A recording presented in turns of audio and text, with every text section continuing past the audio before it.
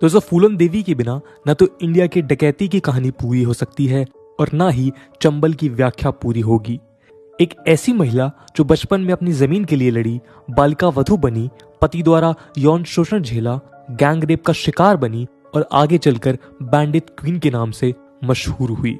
दोस्तों फूलन देवी के सर ही उसी बहमई मैसकेयर का इल्जाम है जिसमें 22 ठाकुरों की हत्या की गई थी, जिस कारण तत्कालीन मुख्यमंत्री श्री वीपी सिंह को रिजाइन करना पड़ा था। लेकिन ये फूलन देवी के जीवन का अंत नहीं था। फूलन देवी चंबल के बीहड़ से निकलकर पार्लियामेंट तक का सफर तय करती हैं। दोस्तों आज हमारे इस वीडियो का मकसद फूलन देवी के जीवन से जुड़े इन्हीं अजीबोगरीब वाक्यों से आपको रूबरू कराना है। आज इस डिस्कशन के माध्यम से हम जानेंगे कि कैसे एक गरीब मल्लाह परिवार में जन्मी फूलन देवी ने बैंडिट क्वीन बनने तक का सफर तय किया। इसके अलावा फूलन देवी के सरेंडर और पॉलिटिकल लाइफ पे भी हम चर्चा करेंगे। आइए शुरू करते हैं आज का डिस्कशन। दोस्तों फूलन देवी का जन्म 1963 में उत्तर प्रदेश के जालौन जिला स्थित गोरा का पुरवा गांव में हुआ। एक अत्यंत गरीब मल्लाह परिवार में जन्मी फूलन देवी अपने 4 भाई बहनों में सबसे छोटी थी। बचपन से ही फूलन एक बेहद गुस्से वाली लड़की थी जो अपने हक के लिए लड़ना जानती थी। ये बात सारे लोगों के सामने तभी आ गई थी जब फूलन केवल 10 साल की ही उम्र में अपने चाचा द्वारा अपनी जमीन हथियाने के विरोध में खुद से उम्र में कई साल बड़े अपने चचेरे भाइयों से लड़ गई थी। फूलन की लड़ाइयां इसके बाद नहीं रुकी और अक्सर उनके घर वालों को फूलन के इस तेज गुस्से के कारण शर्मिंदगी उठानी पड़ती। इसका एक प्रमुख कारण यह भी था कि तब के उत्तर प्रदेश स्थित इतने पिछड़े गांव में एक मल्लाह की बेटी का दूसरे लड़कों से लड़ जाना समाज के लिए गवारा नहीं था। इन सारे शिकायतों से तंग आकर फूलन देवी के पिता ने उनकी शादी उम्र में 3 गुना बड़े एक व्यक्ति पुट्टीलाल से करा दी। शादी के समय फूलन की उम्र 12 से 14 साल रही होगी और पुट्टीलाल लगभग 40 साल की उम्र का था। दोस्तों शादी के समय फूलन देवी ना तो मानसिक रूप से और ना ही शारीरिक रूप से एक गृहस्थ जीवन के लिए तैयार थीं। लेकिन फूलन के पति पुट्टीलाल ने इन सबको नजरअंदाज करते हुए उनका सेक्सुअल एक्सप्लॉयटेशन किया। दोस्तों कहा जाता है कि ये इंसिडेंट या ये पूरा समय जो फूलन को अपनी पति के साथ गुजारना पड़ा, इसने फूलन देवी की मानसिकता के ऊपर एक गहरा इम्पैक्ट डाला। फूलन इस मुसीबत से कई बार बचकर अपने घर भाग कर आया करती थीं, लेकिन माँ बाप द्वारा उन्हें दोबारा पति के पास भेज दिया जाता था, जहां फूलन को उसी जबरदस्ती के साथ हर रात गुजरना पड़ता था। एक बार जब फूलन अपने पति के घर से भागकर अपने पिता के पास आई तो उनके पिता ने फूलन से पीछा छुड़ाने के लिए पुलिस में एक झूठी शिकायत दर्ज करवाई कि फूलन ने उनकी सोने की अंगूठी चुराई है। पुलिस फूलन को अरेस्ट कर लेती है और कहा जाता है कि लॉकअप में गुजारे 2-3 रातों के दौरान पुलिस वालों द्वारा वहां भी फूलन का रेप किया गया था। दोस्तों जेल से छूटने के बाद फूलन देवी को उनके पिता द्वारा वापस पति के पास भेज दिया जाता है। लेकिन इस बार फूलन अपने पति के पास पहुंचती हैं तो पता चलता है कि उसने दूसरी शादी कर ली है। इसके बाद भी फूलन कुछ समय वहीं रहती हैं, लेकिन कुछ दिनों बाद उन्हें शादी के समय मिले सामान के साथ पिता के घर वापस भेज दिया जाता है। इस समय तक फूलन देवी का नाम मल्लाह कम्युनिटी के लोगों के बीच अपनी पहचान बनाने लगा था और गांव में रहते हुए फूलन की भी पहचान उन लोगों से होने लगी थी जो चंबल के डकैत के गिरोह में हुआ करते थे। 1979 में अचानक एक दिन फूलन चंबल पहुंच जाती हैं। इसके पीछे 2 कहानी बताई जाती हैं। एक कहानी के अनुसार चंबल में मल्लाहों का एक गैंग जिसमें फूलन देवी के गांव के कुछ लोग भी थे, उन्होंने उसके अंदर के बागी को देखते हुए उसे अपने साथ ले जाने का फैसला किया। वहीं दूसरी कहानी के अनुसार चंबल के डाकुओं के एक गैंग ने फूलन देवी का अपहरण कर चंबल ले गए।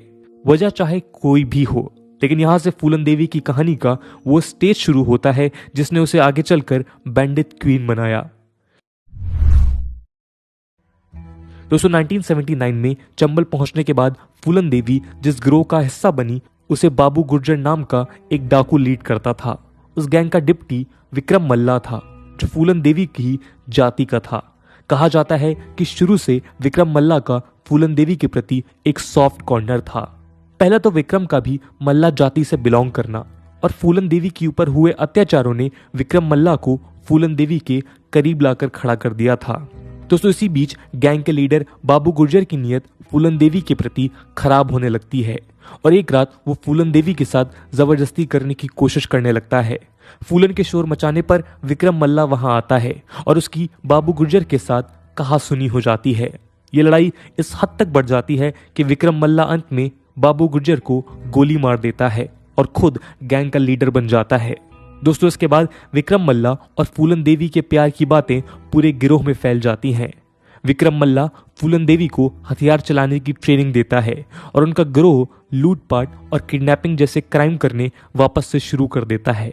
दोस्तों, इसी बीच फूलन देवी पूरे गिरोह के साथ अपने पति पुट्टीलाल के गांव जाती है और उसे घर से निकाल बीच चौराहे पे मारकर अधमरा कर देती है।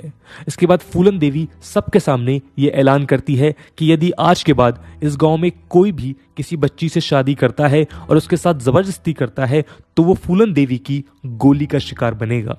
अपने इस फरमान के लिए फूलन देवी वहां एक प्रॉपर नोट छोड़कर आती हैं। दोस्तों, जहां एक और फूलन देवी धीरे धीरे चंबल में अपनी पहचान बना रही होती हैं, वहीं बाबू गुर्जर के साथ काम करने वाले दो व्यक्ति श्रीराम और लाला राम जेल से रिहा होते हैं। जब विक्रम मल्ला ने बाबू गुर्जर की हत्या की तो ये दोनों जेल में थे। जेल से निकलने के बाद ये अपने गिरोह में वापस जाते हैं, जहां ये विक्रम मल्ला के ऊपर एक औरत के कारण अपने सरदार की हत्या करने का इल्जाम लगाते हैं। दोस्तों, इसके अलावा बाबू गुर्जर की गैंग में राजपूत और मल्ला दोनों जाति के लोग थे, लेकिन राजपूतों की संख्या ज्यादा थी। श्रीराम और लाला राम खुद भी राजपूत थे और उन्होंने विक्रम मल्ला के विरुद्ध कॉन्स्पिरेसी प्लान करते हुए गैंग को जाति के आधार पर तोड़ डाला। ज्यादातर मेंबर जो राजपूत थे वो श्रीराम और लाला राम के साथ हो लिए और कुछ मेंबर्स के साथ विक्रम मल्ला किसी तरह से फूलन देवी के साथ बच निकलता है। लेकिन इसके कुछ ही समय बाद श्रीराम गैंग विक्रम मल्ला की हत्या कर देती है और वो फूलन देवी को पकड़कर उत्तर प्रदेश स्थित अपने गांव बेहमाई ले जाती है। दोस्तों, यहाँ फूलन देवी के साथ जो होता है वो हर इंसान को शर्मसार करने वाली बात है। 3 हफ्तों तक श्रीराम गैंग द्वारा फूलन देवी के साथ लगातार रेप किया जाता है। कहा जाता है कि 3 हफ्तों तक चले इस सामूहिक रेप में 3 दर्जन से ज्यादा लोग शामिल थे। इस सिचुएशन में किसी को ये उम्मीद नहीं रहती कि फूलन देवी यहाँ से जीवित बच पाएंगी, लेकिन विक्रम मल्ला के साथ काम करने वाला एक व्यक्ति मान सिंह मल्ला 3 हफ्तों के बाद अपने 2 अन्य साथियों की मदद से बहमाई गांव से फूलन देवी को बचा के ले जाता है। इसके बाद मान सिंह मल्ला पूरे बिहार के मल्ला बागियों को जोड़ने के काम में लग जाता है और फूलन देवी द्वारा लेड एक नए मल्ला गैंग की स्थापना करता है। 3 हफ्ते चले गैंग रेप के ठीक 7 महीने बाद फूलन देवी गैंग को ये खबर मिलती है कि बहमाई में श्रीराम गैंग के सदस्य एक ठाकुर फैमिली की शादी में जमा हुए हैं।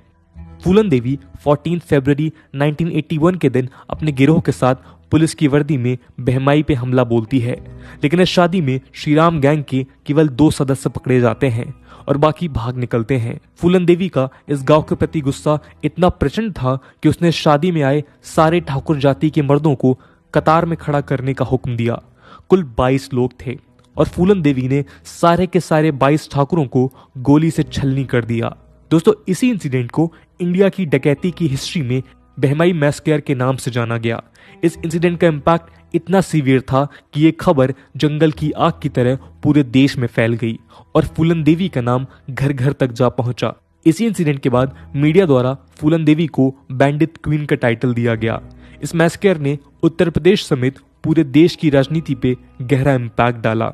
दोस्तों, हमारे देश में कास्ट बेस्ड पॉलिटिक्स उस समय और प्रबल थी और इस इंसिडेंट द्वारा जन्मे राजनीतिक तूफान में तत्कालीन Uttar Pradesh chief minister VP Singh को रिजाइन करना पड़ा।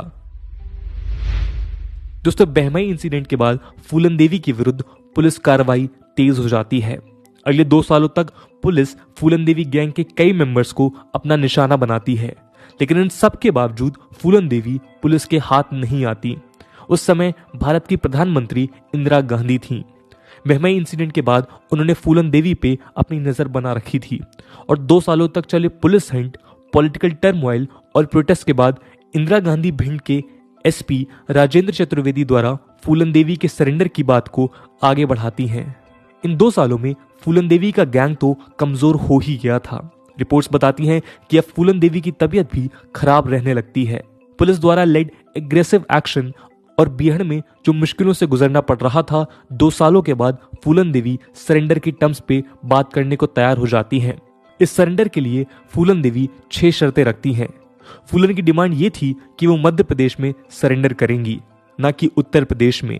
इसके अलावा फूलन देवी का कहना था कि वो पुलिस या नेता के सामने अपने हथियार नहीं डालेगी, बल्कि 2 तस्वीरों के सामने, जिनमें एक महात्मा गांधी और एक मां दुर्गा की होगी, उनके सामने अपने हथियार रखेगी।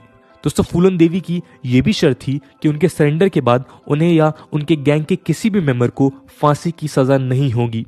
इसके अलावा उनके गैंग के किसी भी मेंबर को 8 सालों से ज्यादा की सजा नहीं होगी और उनके जेल से रिहा होने के बाद गवर्नमेंट उन्हें जमीन देगी, जिससे वो एक नई जिंदगी शुरू कर सकेंगी। इन कई शर्तों को गवर्नमेंट मान लेती है और भिंड में 13 फरवरी 1983 के दिन फूलन देवी अपने गैंग के साथ सरेंडर कर देती है। दोस्तों, फूलन देवी की सरेंडर को ओवरलुक करने तमाम आला अधिकारियों के अलावा मध्य प्रदेश के सीएम अर्जुन सिंह भी वहां मौजूद थे और इस ऐतिहासिक लम्हे को देखने हजारों लोगों की भीड़ उमड़ पड़ती है। इस सरेंडर के बाद फूलन देवी को जेल लेकर जाया जाता है और वो अगले 11 सालों तक जेल में रहती हैं। इस बीच फूलन जेल में रहते हुए अपना इलाज भी करवाती हैं और 1994 में मेडिकल ग्राउंड्स पे जेल से पैरोल मिलता है। दोस्तों, जेल से बाहर आने के बाद ही फूलन देवी की जिंदगी में एक बड़ा मोड़ आता है और तब के उत्तर प्रदेश मुख्यमंत्री मुलायम सिंह यादव फूलन देवी के विरुद्ध दायर सारे केसेस वापस लेने का फैसला लेते हैं। इसके साथ ही उत्तर प्रदेश गवर्नमेंट बहमई मैसकेयर समेत फूलन देवी के अगेंस्ट फाइल सारे केसेस वापस ले लेती है। दोस्तों, जेल से बाहर आने के बाद फूलन देवी उम्मीद सिंह नाम के एक व्यक्ति से शादी करती हैं और दोनों 1995 में एक बुद्धिस्ट टेम्पल में अपना धर्म परिवर्तन कर बुद्धिज्म अपना लेते हैं। इसी बीच मुलायम सिंह यादव फूलन देवी को उत्तर प्रदेश के मिर्जापुर कॉन्स्टिट्यूएंट असेंबली से समाजवादी पार्टी के टिकट पे लोकसभा सीट के लिए चुनाव लड़ने का ऑफर देते हैं। इस चुनाव में फूलन देवी विजय होती हैं और पूरा देश चंबल के बीहड़ से पार्लियामेंट तक तय किए गए फूलन देवी के सफर से चौंक जाता है। फूलन देवी 1996 से 1998 तक मिर्जापुर की एमपी रहती हैं, लेकिन 1998 में हुए अगले चुनाव में वो हार जाती हैं। देश उस समय एक पॉलिटिकल टर्मोइल से गुजर रहा होता है और 1999 में हुए अगले इलेक्शन में फूलन देवी उसी सीट से दोबारा जीत दर्ज करती हैं।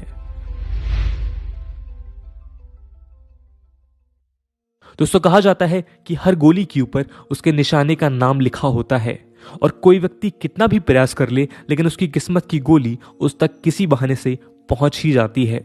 फूलन देवी ने सालों तक अपनी किस्मत में लिखी गोली से दूरी बनाए रखी, लेकिन एक दिन वो उन तक पहुंच ही गई।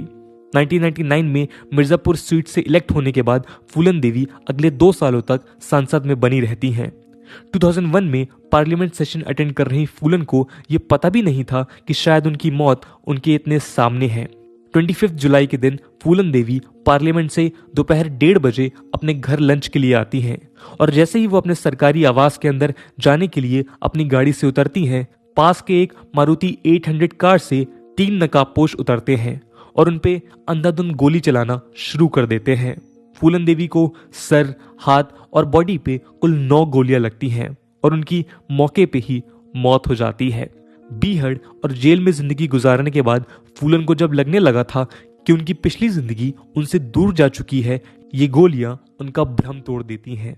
पास के ही राम मनोहर लोहिया हॉस्पिटल में उन्हें मृत घोषित कर दिया जाता है। दोस्तों, फूलन देवी का प्राइम मर्डरर खुद 2 दिनों बाद मीडिया के सामने बयान देकर अपना गुनाह कबूल करता है। शेर सिंह राणा नामक इस व्यक्ति का कहना था कि उसने फूलन देवी से बहमई मैसकेयर के दौरान हुई ठाकुरों की हत्या का बदला लिया है और वो पुलिस के आगे सरेंडर कर रहा है।